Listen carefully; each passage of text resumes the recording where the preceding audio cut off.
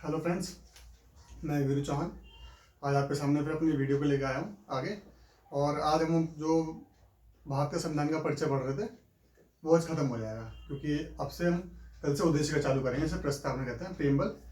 तो आज से हमारी वीडियो जो संविधान वाली थी, परिचय वाली, उसको वो एक पार्ट खत्म हो जाएगा। और वो बहुत डिफिकल्ट पार्ट है, कहने का मतलब जितना ही पॉलिटी है उससे टफ पार्ट हुआ, क्योंकि सारा कुछ एक साथ उसमें कंसोलिडेटेड है, एक साथ मिला के मैं पढ़ा रहा हूँ उसमें। तो उसमें समझ विकसित हो जाएगी, तो आगे आके समझ बहुत अच्छी हो जाएगी। तो फिर आगे आके आपको बिल्कुल भी दिक्कत नहीं होगी। तो इसलिए अपनी वीडियो शुरू करते हैं। तो हमने इससे पहले वाली वीडियो में ब्रिटिश संविधान के साथ अपने संविधान की तुलना कर ली थी और ब्रिटिश संविधान के को भी देख लिया था। तो अब हम अपने संविधान की तुलना अमेरिका के संविधान से करेंगे। और उससे पहले हम अमेरिका के संविधान को जानेंगे कि अमेरिका का संविधान है कैसा, वहाँ की राज्य व्यवस्था कैसी है। मैंने बताया था राज्य व्यवस्था पता लगेगी, संविधान पता लगेगा, संविधान पता लगेगा तो राज्य व्यवस्था पता लगेगा, एक दूसरे से मिले जुले होते हैं। ठीक है, तो आज की हेडिंग है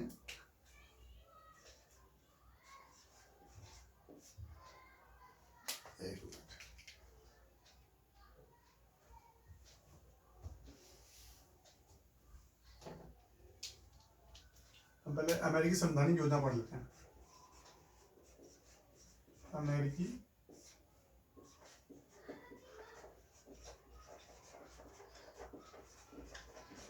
संवैधानिक योजना इसे कहते हैं यूएस कॉन्स्टिट्यूशनल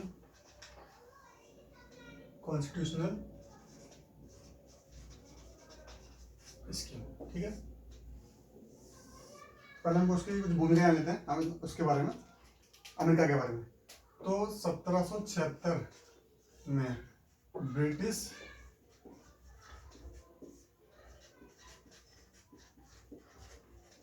उपनिवेश से मुक्ति या आजादी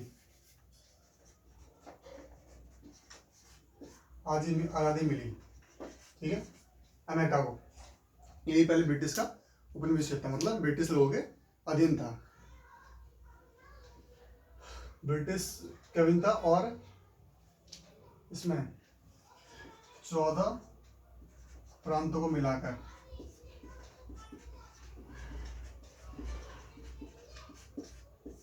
क्या बना, अमेरिका। ठीक है, प्रेजेंट में कितने प्रांत हैं? प्रांत मतलब स्टेट होता है एक तरीके से। प्रेजेंट प्रांत यहाँ है 50। और आपको उनका पता लगी होगी कि मैं अमेरिका की क्या बात करता है। जो 1776 में ब्रिटिश का उपनिवेश था। उपनिवेश मतलब गुलाम होना एक तरीके से, जैसे हम ब्रिटिश के उपनिवेश थे 1946 तक, हम 47 में आज़ाद हुए। तो उसी तरीके से ये 1776 में आज़ाद हुए थे हम। ठीक है, तो ये हमसे मेच्योर संविधान इनका, और मेच्योर पहले हम इनसे हमसे पहले आज़ादी मिल गई थी इनको। तो ये पहले इनके 14 राज्य मिला के, 14 राज्यों को मिला के अमेरिका बना। अब उस राज्यों में टुकड़े हुए या कैसे भी उन्होंने अपने राज्यों को काटा, कम किया, उस हिसाब से अब कितने हो गए? 50। ठीक है, तो अब यहाँ तक समझ आ गया कि अब इसकी आगे कैसे हुआ। अब हम इसकी राज्य व्यवस्था के बारे में जान लेते हैं। ठीक है, मैं इसको मिटा देता हूँ।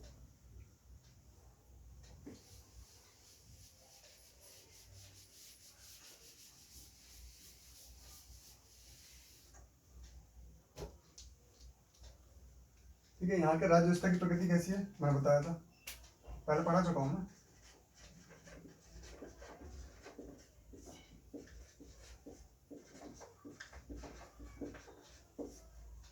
फेडरल है, ठीक है। और फेडरल में कैसे फेडरल है? परिसंघ वाली, है ना। और परिसंघ में क्या होता है? सेंटर और स्टेट के पास बराबर शक्ति होती है। ठीक है, और यहाँ पे जो भी वैधानिक वैधता, जो भी इनके नियम कानून वैधानिकता होती है, वो निष्ठा के आधार पर नहीं होती, कानून के आधार पर होती है। जो इनके बीच का संबंध केंद्र व राज्यों के बीच संबंध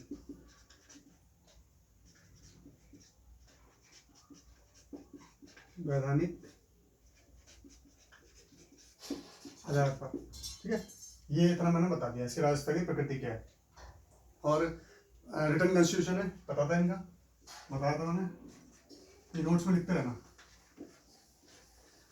रिटर्न कॉन्स्टिट्यूशन और कैसे कॉन्स्टिट्यूशन रिजिड है, इसे कहते हैं अनम में, हिंदी में। ठीक है, तो ये मतलब जहाँ पे संशोधन करना बहुत मुश्किल होता है। क्यों? क्योंकि अभी बताऊंगा सारा कुछ। जब रिजिड है, रिजिड कॉन्स्टिट्यूशन है, तो अमेंडमेंट करना मुश्किल हो जाएगा। अमेंडमेंट तो होगा, अमेंडमेंट करना मुश्किल हो जाएगा। जब अमेंडमेंट मुश्किल होगा, ये लॉजिक को समझना आप, अमेंडमेंट टफ होगा, तो जो भी ऐसे देश होते हैं उनमें क्या होता है, जुडिशरी होती है। जुडिशरी क्या होती है? संविधान की व्याख्याकार होती है।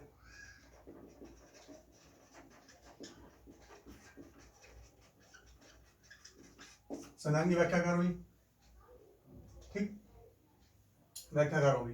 व्याख्याकार का मतलब कि ये संविधान को ज्यादा डिफाइन करेगी। जब डिफाइन करेगी तो लेजिस्लेटिव में और जुडिशरी में वो टकराव होंगे, इन दोनों में आपस में टकराव होंगे, तो नियम निकल के आएंगे संविधान की और व्याख्या अच्छी होगी, तो उससे क्या होगा, जुडिशियल जो होगा, जुडिशियल रिव्यू वो भी अच्छा हो जाएगा। जुडिशियल रिव्यू अच्छा हो जाएगा, जैसे मतलब न्यायिक याचिका, न्याय पुनर्विचार जो सब कहते हैं, उसके बारे में जो न्याय की उनकी शक्ति होगी, जो न्याय के बारे में, न्याय के बारे में जानेंगे, उसके बारे में जानेंगे। न्यायिक सक्रियता इनकी ज्यादा होगी। यहाँ के लोग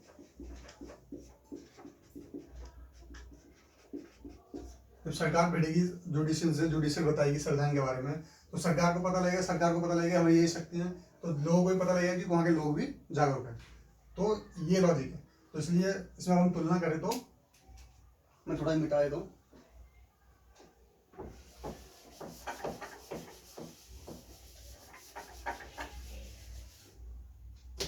तुलना करता हूँ मैं, तो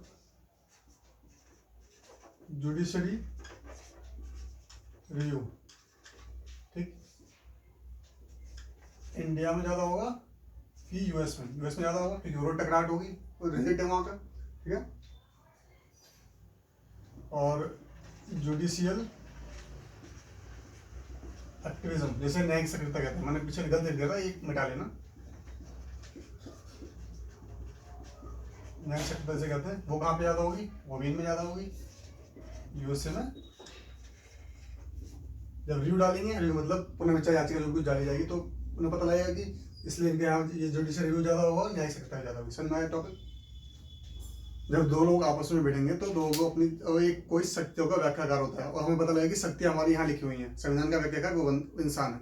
जैसे कि वहाँ कोर्ट है, हर जगह कोर्ट होता है, तो कोर्ट ने व्याख्या कर दी, और फिर वहाँ की सरकार को भी पता लगेगा कि हमारी ये शक्तियाँ हैं। तो ऐसे उनके लोगों की जो शक्तियों का होता है, जागरूकता बढ़ेगी। वो सरकार और क्या होती है, लोगों का प्रतिनिधित्व करती है। जब लोगों का प्रतिनिधित्व करती है तो लोगों को पता रहता है कि हमारा प्रतिनिधित्व क्या कर रहा है, इसलिए उनका जुडिशियल एक्टिविज्म भी ज्यादा रहेगा, सक्रिय लोग सक्रिय भी ज्यादा रहेंगे। तो इसलिए यहाँ पे ऐसा होता है, ठीक है। ये हो गया।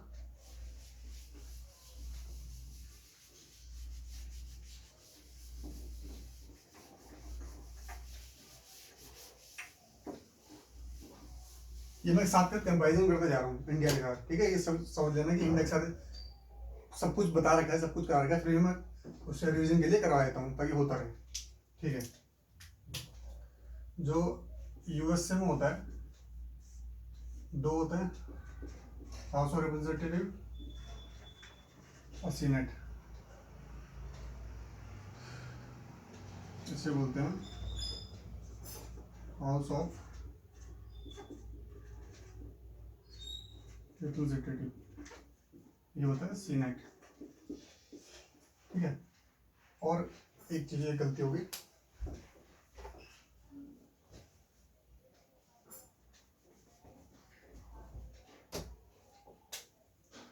और यहाँ क्या होता है, इनकी संसद को क्या बोलते हैं, कांग्रेस। जैसे हमारे संसद बोलते हैं, इनका कांग्रेस बोलते हैं, ठीक है, याद रखना है। अब ये क्या करता है, ये लोगों का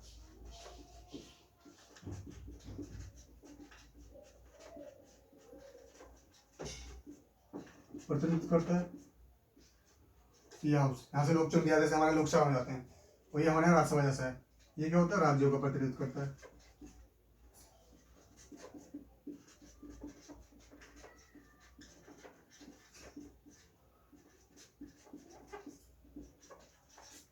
और यहाँ बाई कैमरल, बाई का मतलब द्विसदनीय है, यहाँ दो सदन होते हैं उसे बाई कैमरल कहते हैं।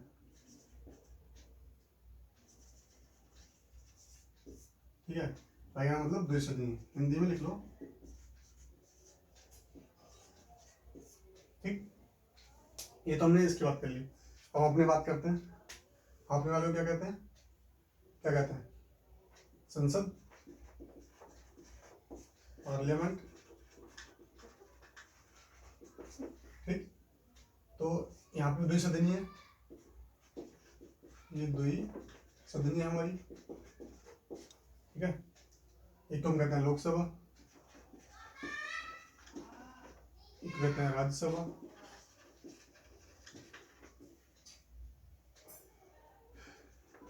लोकसभा,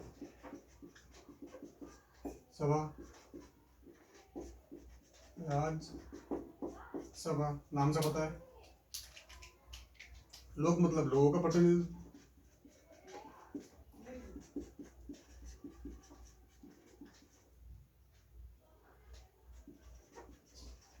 ठीक, ये राज्यों का।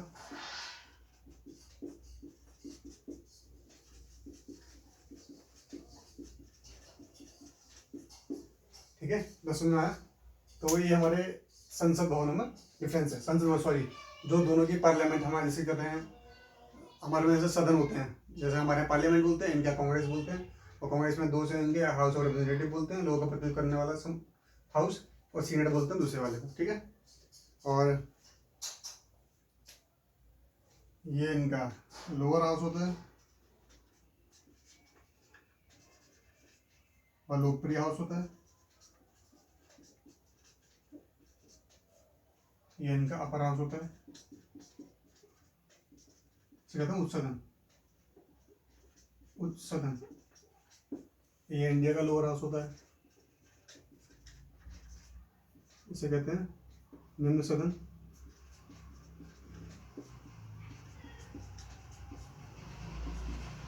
इसे कहते हैं अपर हाउस, इसे कहते हैं उच्च सदन। ठीक, उच्च सदन को ऐसा नहीं कि इनके ऊपर कोई मतभेद है कि ये नीचा है तो नीचा इसलिए बोला ये नीचा है, इससे कम ताकत है, ऐसा कुछ नहीं है। उच्च सदन इसलिए बोला था कि यहाँ पे, जैसे कि यहाँ पे आपको जाने के लिए क्या उम्र चाहिए, 25 चाहिए, वो सॉरी यहाँ पे लोकसभा में जाने के लिए 25 साल उम्र होनी चाहिए, यहाँ पे आपकी उम्र 30 साल होनी चाहिए। ठीक है, ये इसका अंतर है, तो इसलिए इसको अपर हाउस बोलते हैं। थोड़ा अनुभवी लोग जाते हैं वहाँ पे, अनुभवी दो जगह जाते हैं, पर उम्र सीमा के हिसाब से देखा है तो अनुभवी लोग थोड़े जाते हैं। और राष्ट्रपति द्वारा 12 लोग ऐसे मनोनीत भी किए जाते हैं, जो राष्ट्रपति द्वारा यहाँ 2 लोग मनोनीत किए जाते हैं राज्यसभा में, यहाँ 12 लोग मनोनीत किए जाते हैं। पर ये कला, विज्ञान, साहित्य, इन सब चीज़ों से लेके देख के देखा जाता है कि कौन कितना एडवांस है, कौन कितना देश को आगे संसद के भवन में चलाने में और अच्छी भूमिका निभा सकता है और कितना एडवांस है, वो चीज़ देखी जाती है। तभी मैं वो बताऊँगा बाद में कैसे चुनाव किया जाता है, वो भी बताएंगे। पहले इसको आप अपडेट कर लो एक बार।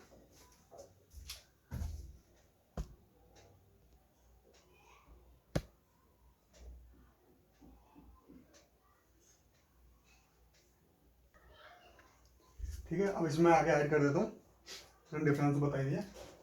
अब जैसे कि हाँ, यहाँ पे 2 साल का कार्यकाल होता है इन लोगों का, फिर धीरे धीरे इनका आगे निकलता है, वैसे छटाई होती रहती है।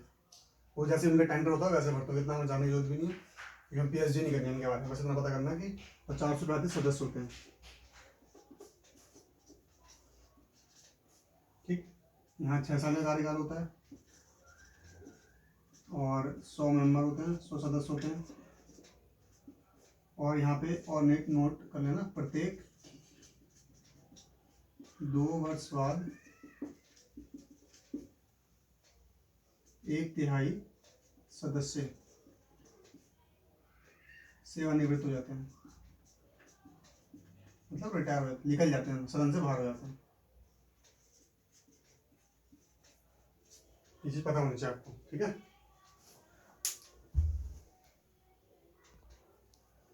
अब जैसे अपने यहाँ का 5 साल होता है साधारण काल।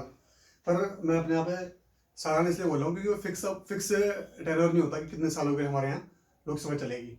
वैसे तो सालाना 5 साल के लिए एक एमपी बनता है, विधानसभा भी ऐसे होता है, पर वो फिक्स नहीं बोला गया क्योंकि कभी भी सरकार गिर सकती है। अगर सदन में बहुमत प्रस्तुत नहीं कर पाई तो सरकार गिर जाती है। ऐसा नहीं कोई 5 साल के लिए सरकार रहेगी। तो इसलिए यही बोला जाए कि अगर प्रधानमंत्री मुख्यमंत्री जो भी कितने साल के लिए रह सकते हैं, 5 साल अगर इनका स्थायी है, स्थायी नहीं है, ये बहुमत पे टिका हुआ है कितने कितने दिनों तक, अगर सदन में बहुमत रहती है, तो इसलिए इसको फिक्स नहीं बोल सकते। इसलिए इसका फिक्स टेन्योर है 6 साल। ये कभी भंग नहीं होती, ये सभा राज्यसभा कभी भंग नहीं होती। ठीक है। और यहाँ क्या है, हाँ यहाँ भी ये नियम लागू होता है, प्रत्येक 2 वर्ष में 1/3 सदस्य रिटायर होते हैं। ठीक है, ये लिख लेना।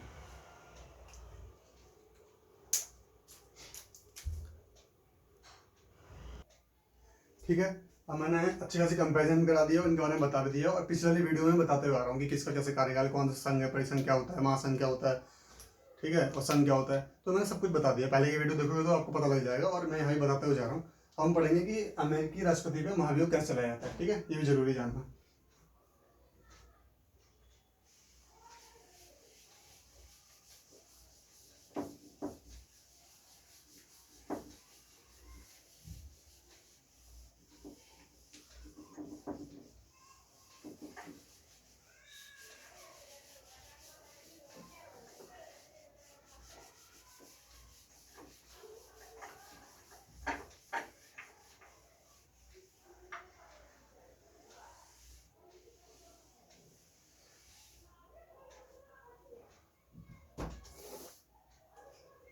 ठीक,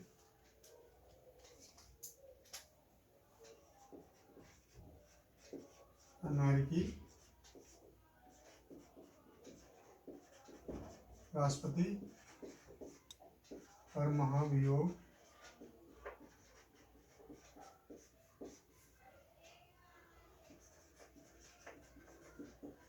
चलाने की प्रक्रिया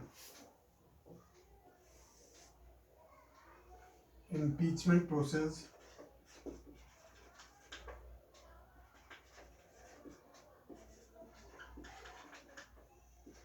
on USA president। ठीक, सबसे पहले तो एक समीक्षा कमेटी बनती है। ठीक है, समीक्षा कमेटी को एक और सौंपा जाता है कि राष्ट्रपति दोषी है या नहीं है। ठीक, पहला पॉइंट।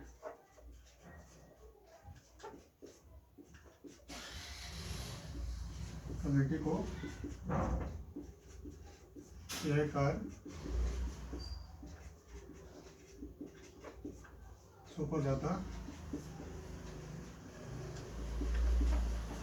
है कि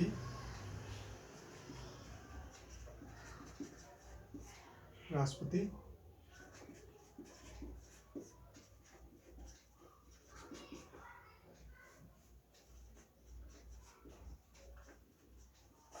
ठीक है, तो यहाँ ये होता है। तो सबसे पहले समीक्षा कमेटी बनाई जाती है। समीक्षा कमेटी कुछ लोगों को चुना जाता है, वही जजेस वगैरह होते हैं और स्पेशल पैनलिस्ट होते हैं, कानून के जानने वाले होते हैं। तो उसमें बोला जाता है कि ये प्रोसीजर होता है इसमें, और इसमें देखो, जांच करो कि राष्ट्रपति दोषी है कि नहीं है। ठीक, पहला स्टेप ये है, इस स्टेप को याद रखना।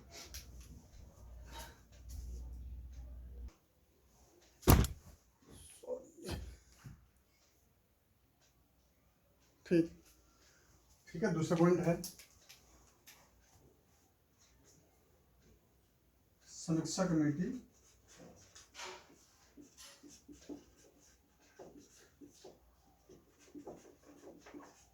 अपनी रिपोर्ट किसे सौंपती है? न्यायिक समिति को।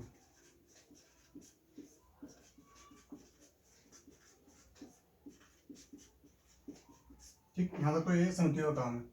उसके बाद न्यायिक समिति डिसाइड करती है कि इसे आगे भेजना है कि नहीं भेजना।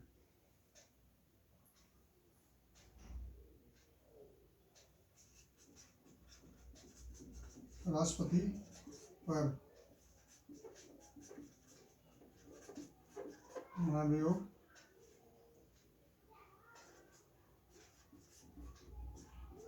की प्रक्रिया हाउस ऑफ रिप्रेजेंटेटिव में ही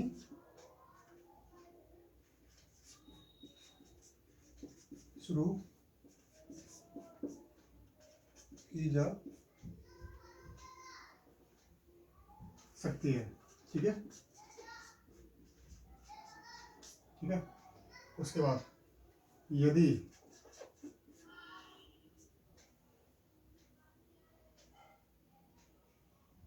महाभियोग 50+1 की मतों से पारित हो जाता है तो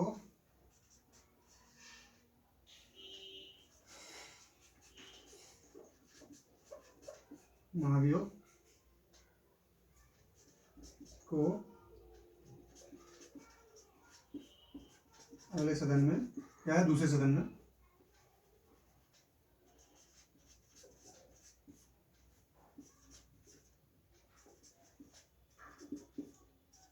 भेजा जाता है। पर जब तक ये चल रही प्रक्रिया दूसरे भेजा गया है सदन में, तब तक यह राष्ट्रपति अपने पद पर बना रहता है। परंतु तब तक राष्ट्रपति अपने पद पर बना रहता है।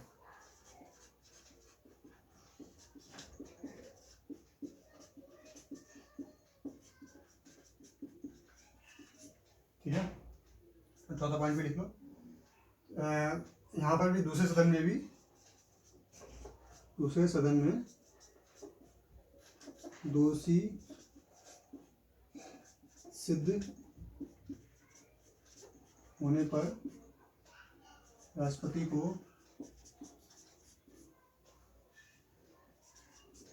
अपना पद छोड़ना होता है। ठीक है, ये प्रक्रिया है। दूसरी बात, ये चीज़ याद रखना लिखी है, और एलाबोरेट करनी है तो पढ़ लेना, दूसरी किताबों में दिया हुआ है। और इससे एलाबोरेट करने की जरूरत नहीं है, ये बहुत इतना ही बहुत है। और इसमें हमारे क्वेश्चन बन सकता है, क्योंकि हमारे राष्ट्रपति में और उनके राष्ट्रपति में ये चीज़ कॉमन है भाई, कोई चीज़ कॉमन नहीं है। क्यों?